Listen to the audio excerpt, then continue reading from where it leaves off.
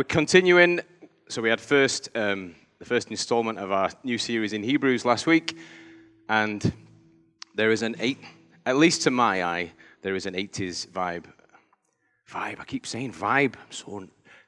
80s theme to the artwork this year. Don't Stop Believin is our theme and sort of the overarching way that we're going to approach the book of Hebrews. And I think it really captures the message of Hebrews. We've been thinking about this idea that it is written. I don't know if you can remember back to last week. This idea that the message, it's a message for Christians. There's going to be a lot of Jewish people amongst the recipients of this message. I think the books I've read think it's probably in Rome, and the people who are reading it or hearing it, as I sort of suggested last week, hearing it being said, are about to go through. You might have seen some of the Sunday matinee films. They're about to go through a very tough time, and it's definitely for a message to Christians who are under the pressure of the world, thinking about shrinking back from, the amazing thing that Jesus does in our lives. This authentic change that happens in our hearts. That's the sort of sense of the message for the people receiving it. And Hebrews, under that pressure, stands up to make the case to don't stop believing, to carry on with the faith. It's a great message for us, I think, at the start of 2025. And yet, and this is, I think, part of the oddity, at least it was an oddity to my eye, the message starts convincing these Christians, these mostly Jewish Christians, to carry on. It starts with, did you notice what was in the text? And what I would say at this point is it's definitely not where I'd start if I thought somebody was about to go through real difficult times. It's probably not where my brain in the 21st century would start. He starts with this idea of angels. And I should say, I don't know if anybody else preaches in here. Sometimes sermon prep can be a weird experience. It can sometimes be a lonely experience. Sometimes you're cramming in, that kind of thing. It's been ace, to use another phrase from the 90s, to spend my week like I've never investigated the subject of angels before. And it's kind of stretched me, blown my mind, encouraged me, lifted my spirits, caused me to think, why do I really believe that? But it's been really encouraging. And he starts the defense to get people to think about carrying on with their faith, to not stop believing, by getting us to think about angels. So me and Jude had a real blessing on Monday morning. We had a little bit of time off, and we listened to some podcasts. We listened to one podcast, and I'm going to, please see me afterwards. I'll stand somewhere over there if you want to listen to it. It was just a really awesome podcast. It's on BBC Sounds. It's about a girl called Natasha Ednan Laperouse. And I'm looking around to see if anybody's heard of her. Nobody's heard of her. But if you work in the catering business, or if you're part of our cafe team, you'll know a little bit about Natasha's Law, which is about food hygiene, labeling and allergens. She was on. This is how the podcast goes, and it's told. I think it's 50 minutes long, and it's told really carefully by. It's narrated by an interviewer and the dad of the story, and he delivers it in such an ordered, calm fashion, and it's like a harrowing, tragic story. So this girl, she's heading back from France with her dad and her best friend. And she has a huge allergic reaction. She buys a Pret sandwich. Maybe that will trigger your memories. Some of you remember the stories. And it doesn't say that it's got any sesame seeds on it, and yet it's got loads of sesame seeds on it. And she has this horrific allergic reaction. And all of her throat encloses, everything in flames, and she can't breathe, and eventually her heart stops. Now, as they drag her into the cockpit to try and save her, the dad's there, and he still continues to narrate this part of the story with real calmness and real clarity. And she gets 2 shots of the EpiPen, the adrenaline burst, to try and sort of bring her round. But she was too far gone at that point. She was a Christian. She professed faith, as did her friend. Her dad wasn't. I think this is an interesting part of the story. He was raised as a Muslim, and had sort of become an atheist over time. And what's, like the whole thing, I would commend the little BBC Sounds documentary to you. It's really interesting. It's compelling, but the most compelling thing, I think, is the story of the dad. So the dad, as I've said a couple of times, I've tried to get you to think, he just narrates this in a really calm, measured way. He articulates it logically. And this is his reputation. This is what he's known for. So you get a few of the voices that speak into it, and they say, yeah, he's a calm guy. He's not given to panic. He's not given to saying ostentatious things. And at the moment in which he realizes his daughter passes, he says very calmly, and he articulates very calmly, and it caused me to have like one of those gulps in my mouth. He said, I saw 5 small angels, and he puts that detail, standing over her. And he takes real time to describe the angels. He talks about their appearance. He talks about what they look like, how he felt about the whole thing, with real just careful, logical clarity. And as he's saying this, it's a BBC interviewer, and she pushes back on him, and she says, "Is it possible that this is just born out of trauma? Did you imagine this? Is that?" And she doesn't throw it at him, so he's got no defense, but she kind of says, have you thought about this? And he's not angry in his response. He's careful and measured, and he says, nobody on this planet will be able to convince me that I didn't see these 5 angels standing over the body of my daughter when she passed away. And like I've said, that he goes on to, he's a guy who has, he's been used by the government recently to help get Natasha's law through. I think he's addressed Parliament. I think I read that somewhere. He's a respected guy. He's got a big business. He's got no need to be throwing out these stories. These stories would be ruinous to his reputation. He's got no desire to do that, and yet he's in a position where he can't help but speak what he says is truth. And then towards the end of the interview, even though his daughter died, she was a Christian, down the line, it's not an immediate thing, but down the line, a year later, I think is how I remember it, he came to faith. So he loses his daughter, tragic events, but he can't get past what he saw. There is a book called Angels by Tim Chester. Again, I commend that to you. It's only a wee book. He's another measured, logical guy. He's sat in the back of church a couple of times when we've had conferences and that kind of thing. He's not given to saying things that he doesn't believe, and there are endless accounts at the start of that book that chime with this account. Stories of angels. The stats on angel belief and angel experience are not low. There's huge chunks of the population who have lots of experience of this kind of thing. And there is, as I'm sort of regaling this story, and I was going to tell you other stories, but I think I'm going to try and hold it all around this story, because you'll have your own thoughts about this kind of thing. You'll have your own wanderings and your own experiences. There is a quandary, I think, before us in this moment, that our brains are really clever. There's a great book out there, another book recommendation called The Idiot Brain, that tells us what our brains does in moments of panic to save us. Our brains are really clever.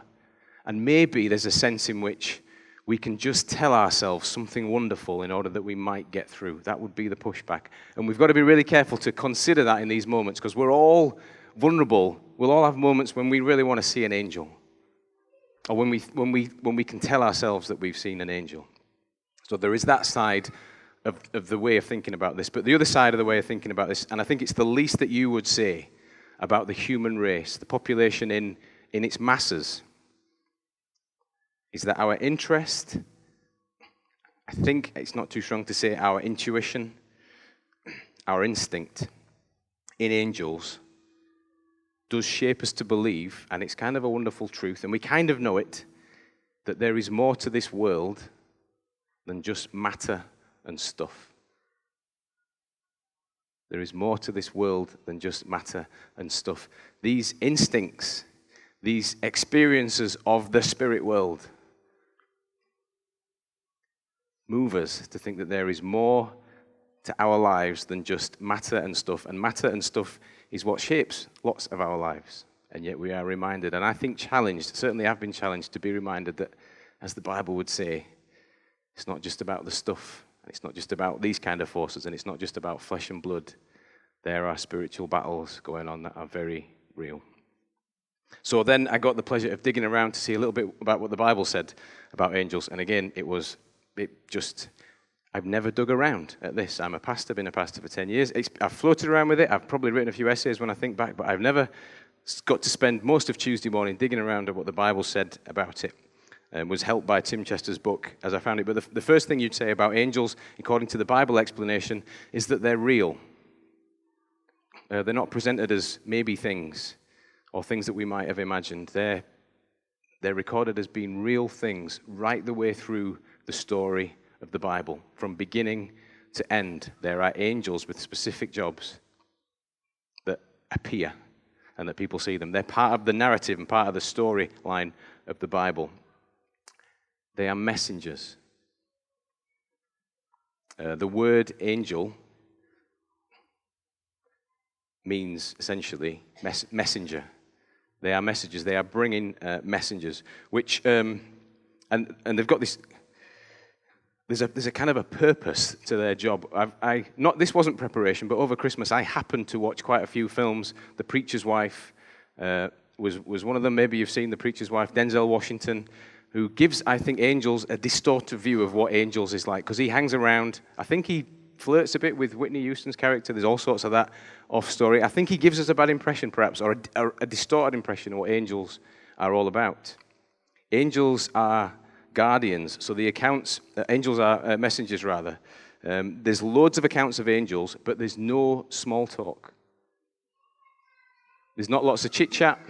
There's not lots of winging it. I was really proud of that little explanation. There's not loads of that. There's not loads of them making things up. There's not loads of chit-chat. They come, they say the message that they've got from God, and they go again. And at least as I see it, lots of people experience one of these encounters. They come with purpose and deliver the message. They are also guardians.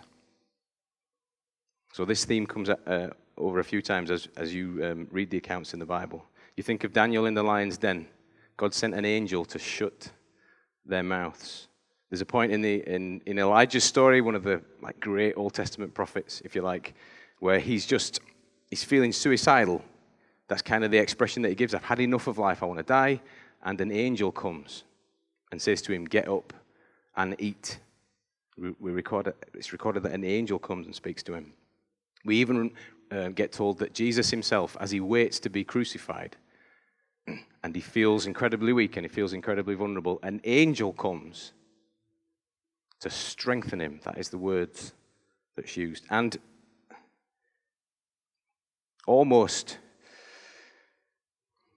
unbelievably, verse 14 of our text, the other thing that we are drawn to think about in our story, it says, "Are not all angels ministering spirits sent to serve those who will inherit salvation?" There is this idea, and we've certainly latched onto it as a Christian population, but I think probably as people, that there's angels who are watching over us. These are the rhythms and the themes and the stories of the Bible. So there's also the idea that they are the armies of heaven. So we read about them outside the Garden of Eden, and at the end of time, in their heavenly hosts, making things happen. The last thing I'm going to talk to you about that I gleaned from the Bible is that they are often unseen. Even within the Bible account, there's loads of times when there are angels there. So this is kind of how the Bible explains the proposition of angels to us. There's lots of times when they are not seen. So one particular story, which was kind of an amazing, at least, moment in my week, it's an Old Testament story. There's this moment when Elisha the prophet is leading God's people. They're in a battle, and God's people are vastly outnumbered. And they're all feeling fearful and scared, and they're thinking they're going to lose this battle. And Elisha rallies them by saying, "Don't fear. Those who are with us are more than those who are with them." So he gives them this. I'm guessing that he's seen the kind of protection that God gives. He's seen the angels round about, and he prays that their eyes would be opened, and at least the Bible says that as they looked around the hills, they saw what has become a famous expression, even in British culture. They saw chariots of fire, and they went on to win the battle. But it was kind of like they were there all along, but they hadn't seen them. They saw perhaps what God needed them to see to achieve his purposes, you might say that. There's a lovely verse at the end of the book that we're looking at, Hebrews, which says, we should be hospitable to strangers. There's a command. There's like a practical section at the end of the book. We're not going to get to it for ages, but it's a glimpse of the future, I guess. We should be hospitable to strangers. This encouragement for us to look after each other. And the motivation is because we can entertain angels without even knowing it. There is this idea that the Bible presents, at least, that angels can be around us and we won't even know it. So as I said, this has been, I hope I'm not boring you. I hope you're like, oh, this is quite interesting stuff. It's really blown my mind as I've prepped for it this week. And it's stretched me. I've been taken to places like, do I really believe that? Can I conceive of that? Is that right? But I've been aware too, so there was that side of my awareness, and I've become aware too of how common it is for us as Christians, the population, to think about angels, to be like taken up with this storyline of angels, and yet just to stop there. For that to be the stop point of the faith journey. I've as I've conceived of it, and I've thought about it, and I've thought about the way that people talk about angels, and I've thought about how people experience spirituality, it can be often the place that we stop. We like a spiritual fix. We get heavenly moments. We get a little sign, and my life's dotted through with all of these, that we're going to be okay. You ever got a little sign like that? Just a sign that we're going to be okay. And we can eke along for years with these little moments, with these little bits of faith. Wasn't that God moment? Even that was a definitely God moment. And yet, we can have these moments and we can still just go, yeah, that was pretty cool. I'll just leave it there, though. Hebrews says, angel pick-me-ups, spiritual moments, are not the end point. This is what our text is about today. They are just the way there, just the beginning, if you like. This illustration won't meet with everyone's approval, but I'm going to give it anyway, because I'm a football fan, and it's where my mind went. It's like making your way to Anfield, and I'm a Leeds fan, making your way to Anfield on a European night, which I'm told by everybody that's been is just an incredible thing. So maybe just think about the most incredible place that you've ever been and the most incredible experience that you've ever had. When you're driving along on the M62 and you get to whatever that services is just after you go over the house in the middle of the road, and you get there because you need to stop for coffee and you need to stop for some fuel, and actually you get there and you look to the person who you're going to the match with and you say to them, do you know what? Let's just stop here. I know we've got tickets for this game. I know it's going to be a European night and it's the European semi-final. It's going to be the most amazing thing ever, but let's just stop here. Hebrews says, if you see angels and you stop there, it's like that. It's as nonsensical as that. You go to the match. So I want us to think about where angels take us. I think that's what the passage is saying. And there are two places. There are more than two, but my last sermon was long. And too long was an expression that was used. So this one's going to be a lot shorter. So I'm just going to have two dynamic points about where angels take us. So the first thing is verse 6. I don't know if we've got that up. To something worthy. Angels take us to something worthy. Excuse me. And again, when God brings his firstborn into the world, he says, let all God's angels worship him. So why is it saying this random thought? Just think about what that text is about. The place it takes us, and I'm pretty sure that the place it takes us is the Christmas story that's just behind us. The angel encounters of Zechariah, Mary, and Joseph. The hillside outside Bethlehem with a host of angels. It's all amazing stuff. Like as you've watched this, as we've thought about the Christmas story, we know it's amazing, and yet we know Even though it's amazing, even if you're a shepherd that night, just amazing to see that. And we know that angel encounters are amazing. But yet, it's not the story. That's not the story of it. They are only there to point to the baby that's in that manger. They're only there to point to something better. They're only there. They are amazing as they are, incredible as our spiritual encounters can be. They're only there to point us to something that is worthy. It's a little bit like getting a parcel from your loved one, the love of your life. Maybe you got one over Christmas. The best gift that you could ever want, like an amazing gift that just blows your mind. And yet, what you notice is the postie that brings it. The postie comes to the door, walks down your drive, and all you can talk about is what promptness that postie showed.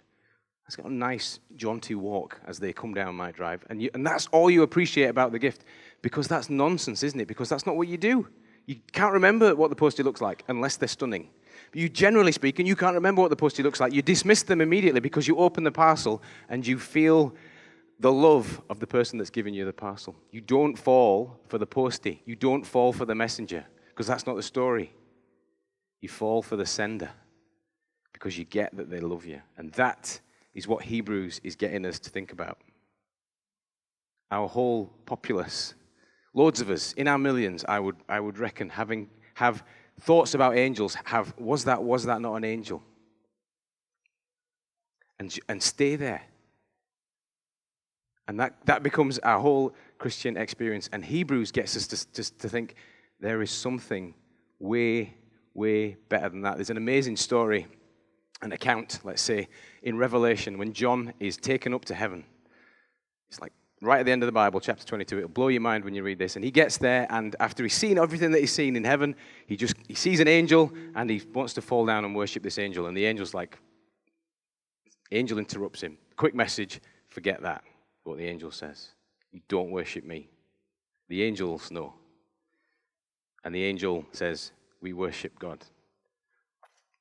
In our masses, we will spend huge amounts of our Christian experience or our soul-searching experience thinking about spiritual moments, heavenly highs that we get.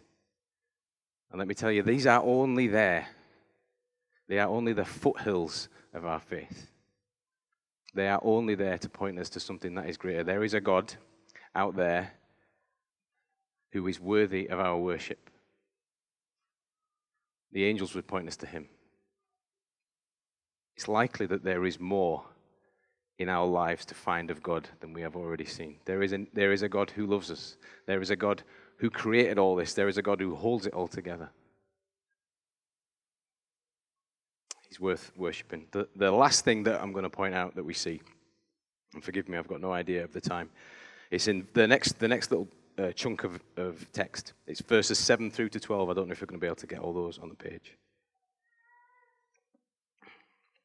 The angels point us to something that lasts. In speaking of angels, he says he makes angel spirits.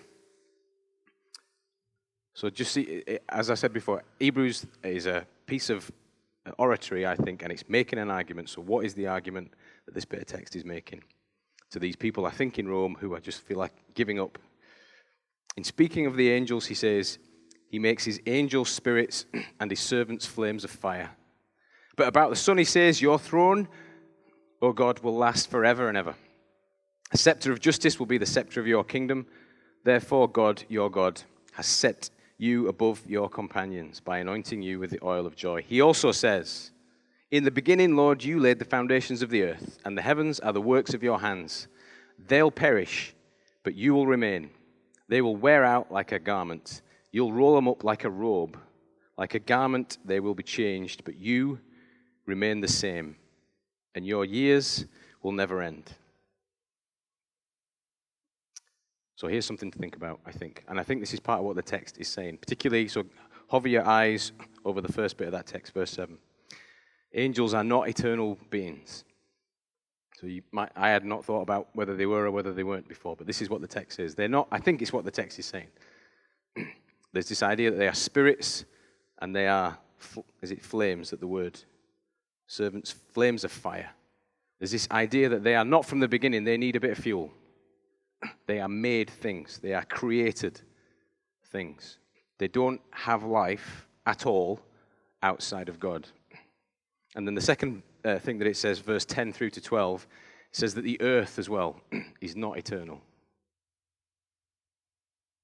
It's not got life, and this is the thing that would cause us to think, I think it's not got life at all outside of God. God makes it, and he fuels it. And this is our lot. I think is where the passage gets us to think. This is our circumstances. This is where we are. It's like our clothes, that if you're a tightwad like me, you want to last forever. I want my Christmas jumper to last for 5 years, 20 years, and it's not gonna. It's gonna wear out. That's what the text is saying. That's our circumstance. Stuff wears out. All of it will wear out. Everything wears out. Time is short. Our days are finite. Our days are numbered is an expression that we use all the time. Our bodies fail. Our stuff, no matter how much good stuff we get, me and my son are getting back into CDs, no matter how many of them we get, they're all just going to disappear. All of our stuff, in the end, it'll disappear. The best thing that we will do, best memory that we will ever have, disappears, be forgotten. And I think we feel as people the weariness of this. Like we ache against this. Entropy, I think that's the right expression for it. That's what Tim Chester says. It's not my own idea. This idea that everything dissipates and disappears. And actually, if we stop to think about it for long enough, it breaks our hearts. And we fight it much as we can. We fight all of it in different ways with exercise, looking after ourselves, diet, makeup. We recycle stuff to try and keep the planet going. We conserve stuff. We try extra hard to make special memories. But, as I think this text says to us, even the angels and the planets are limited in life without him. So often, I think you might say this is what we do as a society, it's certainly what I do. We focus on the now. We are materialistic. We are secular. We just zoom in on the now and we get by. Occasionally it breaks our hearts that things disappear. And definitely down the line, at some point, there'll be a moment when the idea that things disappear will just be too much for us. Look at what this text says here. What does it say about Jesus? Given that everything else disappears, so I don't know if you believe this, but this is my faith and this is what gets me through. If you hold Jesus, in a sense, you hold onto what the Bible would say is the Alpha and the Omega. You hold onto something that is, it's not even trying to say this is the beginning and the end. It's just trying to get us to think about outside of time. We hold on to something in him that is eternal. And he won't disappear. Everything else will. He won't. If you hold on to his resurrection, if you hold that, so if you grab a hold of his hand through your most trying times, if you grab hold of his hand through death, if you believe that he is raised, if you hold him for how you should live, then, this is what the text says, you won't disappear. He won't disappear. You won't disappear.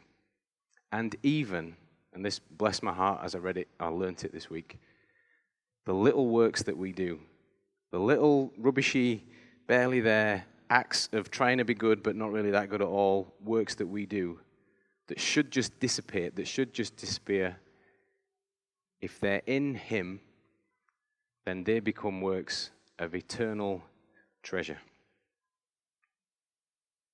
Angels are not just stop-off points. It's not where it ends. They're there to take us to something worthy, and they're there to take us to something that lasts. My hope for you this week, don't know if you might just forget this whole thing when you get out. It's possible, maybe even likely. But my hope for you is that you have like a spiritual moment. You have a spiritual moment. I had a spiritual moment definitely as we praised God and we sang. I was like, oh, my heart was lifted. Hope you have one of them. Hope you get a sign that you're okay. Believe in him. Hope you get that. I hope you see an angel on the way home. You might see one and not know.